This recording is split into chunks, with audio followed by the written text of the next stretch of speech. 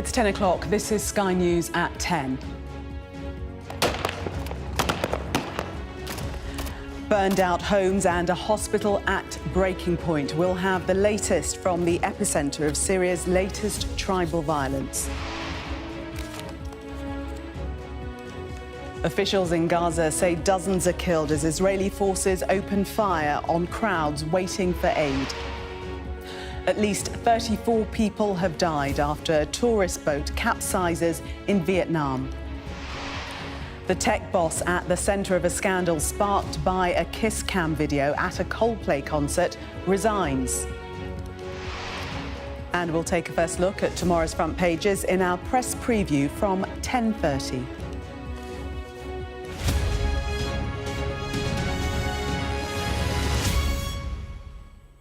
Good evening. To Syria now, where the government has called on all sides to respect a ceasefire after days of sectarian clashes, which have seen hundreds of people lose their lives.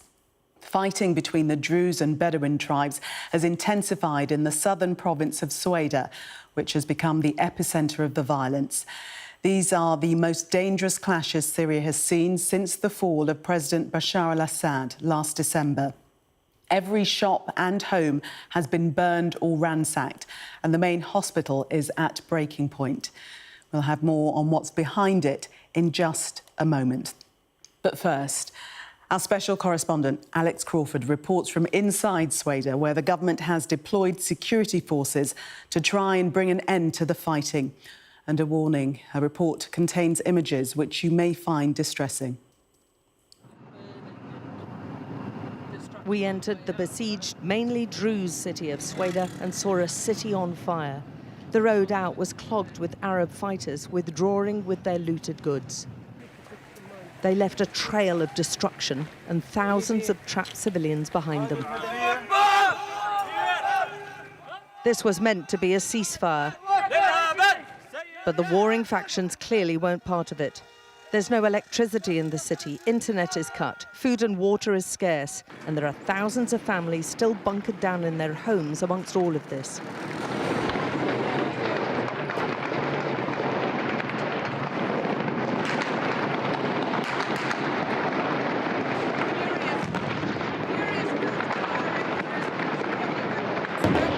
Furious amount of firing and some heavy weaponry coming in now. You can see lots of smoke down there, look, and people running all over the bit. They're firing across the street.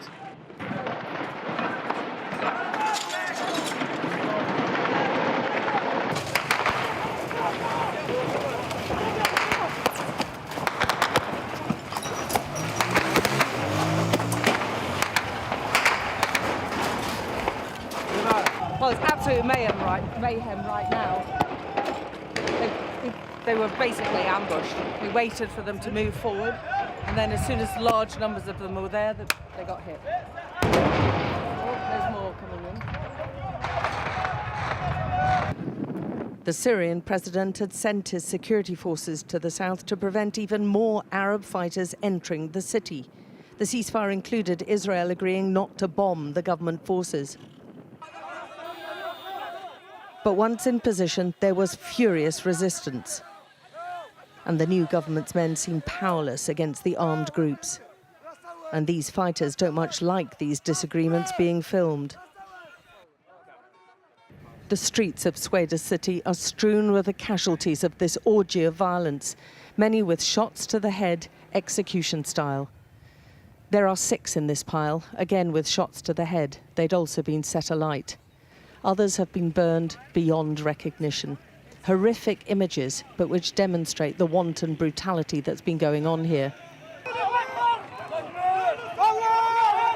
It's hard to say who's carrying out these killings, but the fury is real, and the desire for revenge is fueled by images online.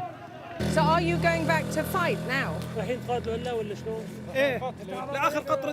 Yes, we will fight to the last drop of blood. The city has descended into anarchy, and in this chaotic mayhem, it's a free-for-all right now. The Arab fighters have been grabbing whatever they can. Livestock's been taken, but also farm equipment, water containers, even shrubbery. There are some attempts at trying to stop this pillaging from the Druze city, but there are far too few security forces to take on this mass marauding.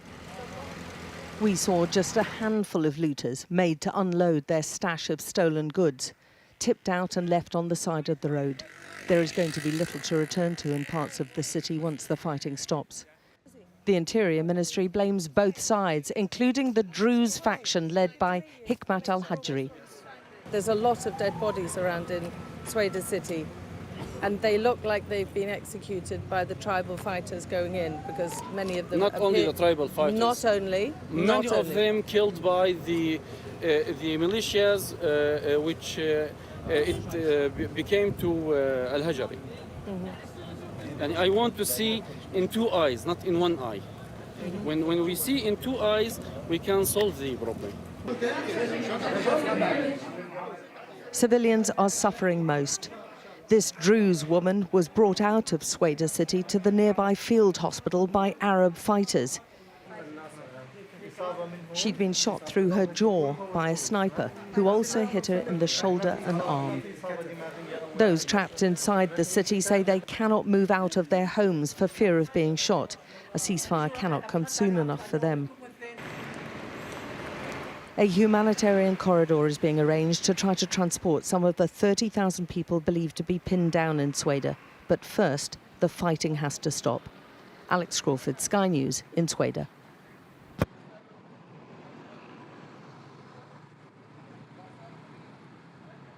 Well, let's take a closer look now at the situation and how we got here. The Druze community is an Arabic-speaking religious minority which follows an offshoot of Islam and has settled in Syria, Lebanon, Israel and the occupied Golan Heights. Long-running tensions between Druze and Bedouin tribes erupted into deadly clashes in Sweida last week.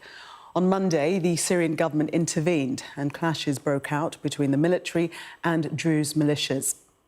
On Wednesday, the Israeli military launched strikes on the Syrian Defence Ministry headquarters in Damascus and dozens of Syrian military targets in the south.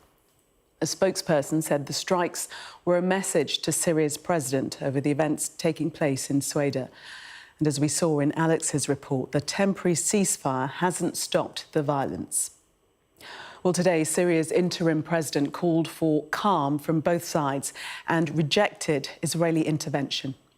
The Syrian state alone is capable of preserving its authority and sovereignty across all Syrian territory.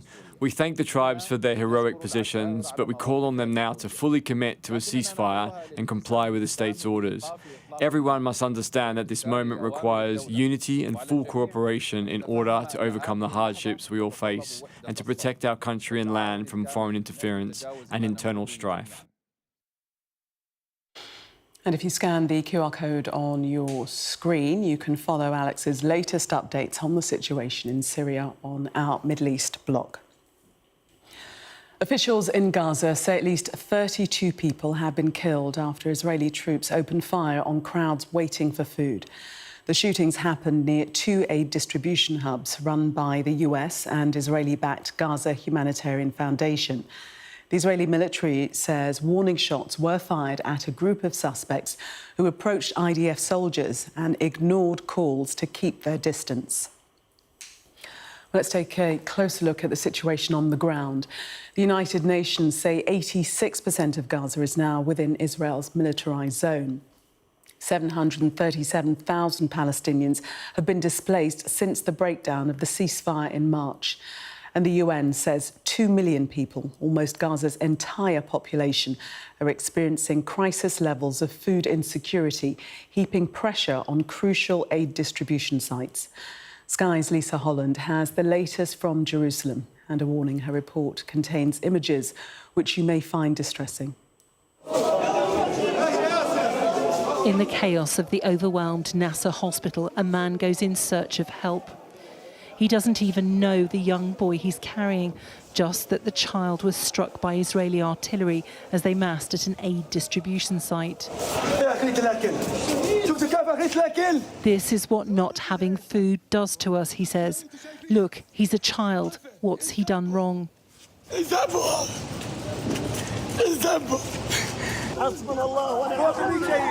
Sharing the weight of the youngster, someone else comes over, but there's nothing that can be done to save the boy's life.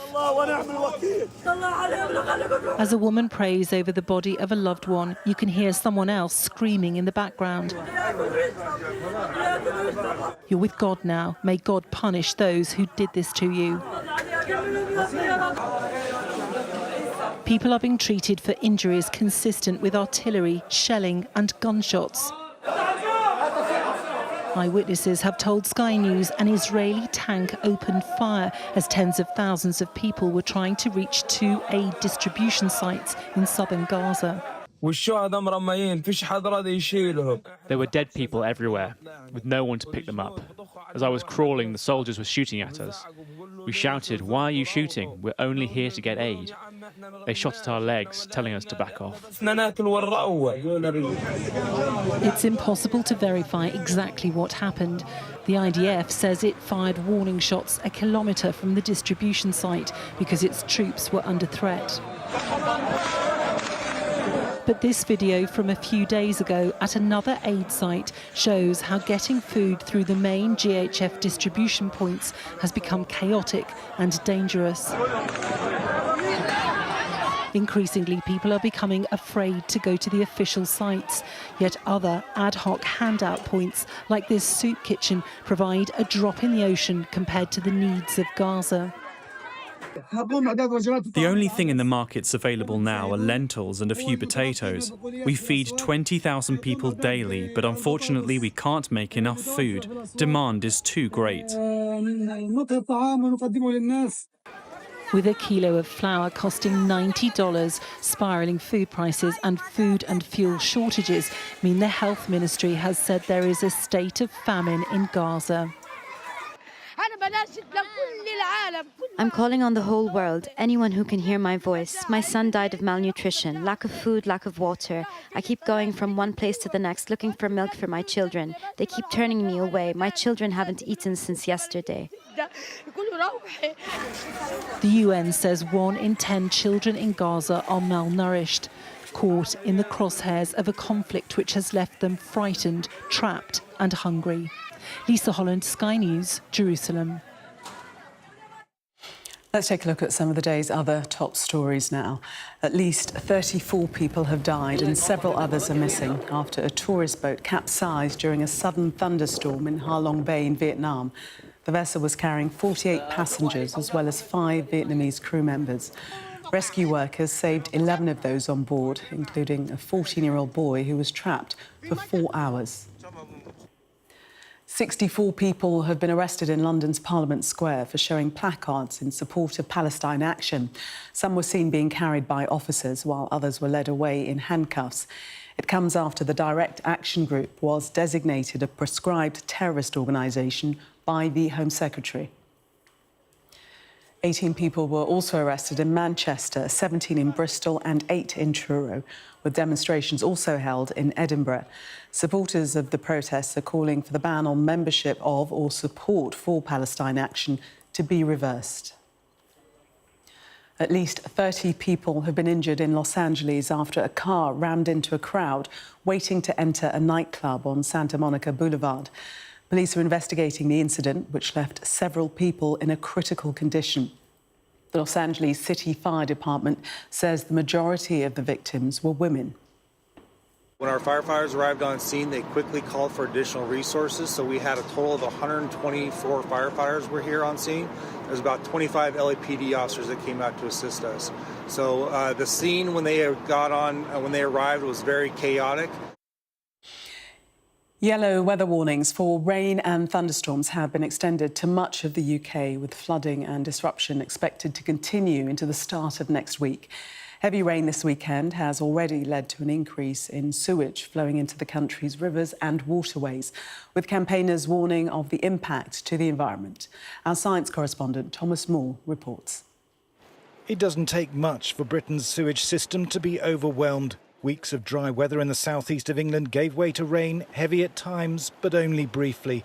And yet overflows began to discharge into rivers, a mix of polluted water from the streets and in some cases effluent from treatment plants that couldn't cope. On the River Thames, campaigners were furious. We haven't had rain for over a month.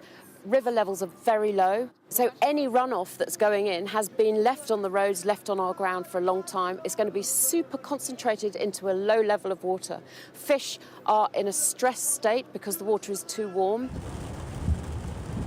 An amber weather warning covered a large section of the southeast of England. Data shows water companies quickly started discharging from sewage overflows, particularly Thames and Southern Water. At midday, there were 75 outlets actively pouring into rivers, and there were another 164 that had been discharging sewage in the previous 48 hours. It's just sad to know that Thames Water are dumping so much raw sewage at any opportunity and any excuse, and they're just ruining the river for everybody. The Thames should not be in the state it's in now. There's no excuse for it. My daughter, she really enjoys swimming in the River Thames, and now we have to be really careful. We have to check online to see if there's been any sort of sewage outfalls recently, so that we can be sure that the water's safe. A report this week from the Environment Agency showed pollution incidents in England reached a record high in 2024, up 60% from the year before. Ageing infrastructure combined with population growth and urban sprawl means there are thousands of outflows like this discharging rainwater and sewage into our rivers. The system cannot cope now, and yet in future climate change will mean rainfall is more intense and more frequent. Thames Water said so many of its overflows were discharging because its new Thames Tideway tunnel, designed to soak up stormwater, was temporarily shut down as part of key tests that had to be carried out during heavy rain. Southern Water said storm overflows prevent sewage backing up into people's homes, and it's investing £1.5 billion to reduce them in future. But the Water Commission is expected to recommend next week that the industry regulator, Ofwat, is replaced with much tighter enforcement of environmental standards. Thomas Moore, Sky News in Henley. And we'll be hearing more about the government's efforts to tackle water pollution on Sunday morning with Trevor Phillips. Trevor will be joined by the Environment Secretary, Steve Reed, and Shadow Housing Secretary, Kevin Hollinrake. That and more from 8:30 tomorrow morning, right after Sky News Breakfast. The chief executive of tech firm Astronomer has resigned after a video appearing to show him embracing a senior member of staff at a Coldplay concert went viral. Our correspondent Emma Birchley is in the newsroom. Emma, remind us the background to this story. Well, so much has happened since that fateful moment on Wednesday when a couple in a very cosy embrace were beamed all the way across the huge screens that you get in a stadium. This was the Gillette Stadium in Boston. It was a Coldplay concert. Now, he ducks out the way. She turns her back rapidly, hands over the face, and it prompts the lead singer, Chris Martin, to speculate that maybe they're either having an affair or they're just incredibly shy. Well, as rapid as their reaction was the reaction online. The clip went viral. It was spread around the world. There was so much speculation about these two, and there was talk about them being two senior executives from a New York tech firm called Astronomer. Then on Friday, the firm confirmed that he had taken leave, the chief executive, Andy Byron, and that a formal investigation was underway. Now we hear that he has stood down. A statement has been released from Taylor Jones, who's the Director of Communications for Astronomer. In it, he says, our leaders are expected to set the standard in both conduct and accountability, and recently that standard was not met. Andy Byron has tendered his resignation, and the Board of Directors has accepted. The board will begin a search for our next chief executive as co-founder and chief product officer Pete DeJoy continues to serve as interim CEO. One thing we know for sure is that this certainly has been a hugely embarrassing affair for everyone. Emma, thank you. The parents of a young man killed by a 14-year-old girl say he was failed by authorities and are warning that others are at risk of being killed by violent children. An inquest into the death of Nimroy Hendricks concluded that police and social workers missed opportunities to intervene. Becky Johnson's report contains details which some viewers may find distressing. When somebody sticks a knife into your son's heart and kills him, I've had to read everything because you wonder how he spent his time in that last. After he knew he'd been stabbed and after he was bleeding out and he was dying, you follow that. Some part of you needs to know. You need to know. Welcome to the X Games 2020. I ain't competing. I'm just practicing right now. Nimroy Hendricks loved life. He was 24 when he was stabbed to death by a 14-year-old girl. His killer was violent and dangerous, and the authorities knew. She had a long criminal record and years of contact with social services. Do you feel your son has been failed by the state? Absolutely. 100% this girl who had mental problems was known to the system for so many years. Nimroy's killer, who for legal reasons can only be known as Child A, spent most of her life in Birmingham. From birth, her family were known to social services. By 6, she'd become so violent at school she was excluded aged 8. By 13, she'd been arrested several times and spent time in police protection and emergency foster care. In 2020, she stabbed her mother in the leg and set fire to her bedroom. She was held on remand. By the time she was released, her mother had moved to West Sussex, where she'd met Nimroy. A crucial report detailing the risk Girl A posed wasn't shared with authorities there. An inquest has found in the hours before she killed Nimroy in October 2020, police and social workers missed opportunities to intervene. This is an entire catalogue of errors. The system needs to change, you know, and if it doesn't change, sooner or later you'll hear another parents like us. This is yet another case that reveals the failure of the state to deal with the risks to society from violent children.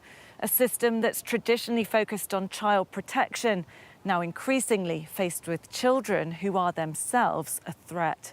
Since Nim's been killed, there has been a raft of children who are running around killing people, hurting people. Far more serious interventions need to be put in place when they begin to flex those very, very dangerous muscles. This cannot get better unless that is actually done. Sussex police point to a police watchdog investigation that found no evidence of wrongdoing. West Sussex County Council said it'll reflect on the inquest findings. Birmingham Children's Trust said it has acted on lessons learnt from this case. When I lost my son, it's like my heart, there's a big hole in my heart. Most days, Nimroy's father spends time at his graveside. I'm not here to, you know, have revenge and blame the little girl who did it. I'm really sorry for her. She needed help. But I would love to see changes come because of the death of my son. Becky Johnson, Sky News, West Sussex. Time now to get all the very latest sports news with Nick. Staying connected is vital for business. Sky Business sponsors this report. How do you manage to keep your spirits up and the spirits of your teammates after challenges you may face? Self-confidence in yourself and your own ability is such an important aspect to have. I've had a number of injuries the last year and a half or 2 years, and you know, they're taking their toll on my head at times. You know, sometimes you just need to grab somebody and just give them a hug, you know, tell them that it'll be okay. Professional footballers helping young people with their mental health. That's the aim of virtual soccer schools, alongside learning platform Amazing People Schools. Online, in person, and with AI technology. My question is, how do you deal with stress on and off the pitch? Football is the most powerful sport in the world, and utilising footballers, we just see them as players on the pitch, passing the ball and scoring goals, but they have so much more to offer. So at VSS, we're providing them with a platform to showcase their mental health strategies, their setbacks, how they deal with anxiety, pressure and growth mindset, just not on the pitch, but how they utilise it off the pitch as well. Former Arsenal defender Thomas Vermaelen was the latest footballer to take part in the charity's first ever in-person session. allow yourself to be disappointed? I enjoy passing on experiences. You know, if it's about mental health, my career, the pressure I've been through, giving my experience to the younger generation is something that I really like. In earlier years, we didn't really speak about it, you know, so it's just we get along and we go through tough times, but you hear now players basically after their career opening up about the struggles they had during. As ex-professionals, if we can give some sort of experience of insight, what to expect, or any advice we can give to the younger generation, I think it's only good. We can prepare them a little bit. That sentiment was shared by Chelsea midfielder Kiernan Dewsbury-Hall. It is important in this day and age to talk about it because there's a lot of people that go through it. As a youngster, I probably let things affect me a little bit more, and I was a bit more naive to it. But the older you get, the more experience you get, I think you just learn to not let it get you down. If you see negative comments or whatever, just don't let it get you down. Look, just see the positive ones and how you can use that in a good way. As I've gone along in my career, I've learned to deal with that in a better way. Pressure is in the moment can be very uncomfortable. At the same time, it's also something what gives excitement to the career and the games. But yeah, if you really struggle with the pressure and you see it's affecting your performances, you know, I wish then in those days you could speak about it more, but I think in those days it was more like a sign of weakness sometimes. It's that perception of weakness around mental health that the charity wants to break down amongst the young. It's amazing to see the young people come on to our sessions, have that confidence to ask the player a question on real tough subject matters such as social media, resilience, growth mindset, bullying, and how those players have dealt with it within their own world and giving back to the next generation. Hi there, my name's Kiernan Dewsbury-Hall. I'm here today to talk about stress, anxiety, mental health. And VSS is taking it one step further with the introduction of AI and on-demand help as part of the service they provide. We will essentially make it so that people can go online, ask you a question, and then your answer will play. Having Kiernan taking part in this AI mental health initiative is a game changer, because what we're about to do is we're about to give children the mental health support they deserve by having it on demand. So we have the virtual VSS via Zoom, we have the in-person session, and now we have the AI as well. As a youngster, making my first appearances in a senior environment, I would get very nervous going into matches. I haven't got an exact science on how to deal with stuff, but I am learning. I'm a human being that deals with things, and I'm not saying I'm happy all the time. I obviously. Sky Business sponsors this report. Well, that was Sky News at 10. Coming up, we'll take a first look at tomorrow's newspapers in the press preview. Tonight, we're joined by journalist Benjamin Butterworth and writer and broadcaster Esther Kraku. Amongst the stories we'll be discussing, this on the front of the Sunday Telegraph. Their headline, middle class face higher water bills. We'll be right back with more. Stay with us.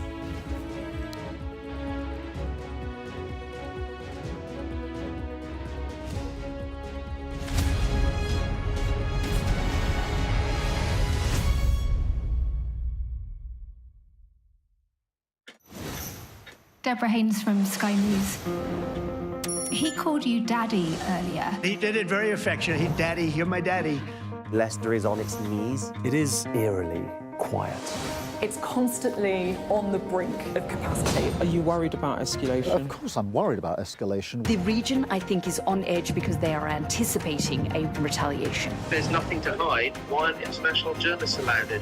The founding principle of the alliance, that an attack on one is an attack on all. Could Putin attack another NATO country within 5 years?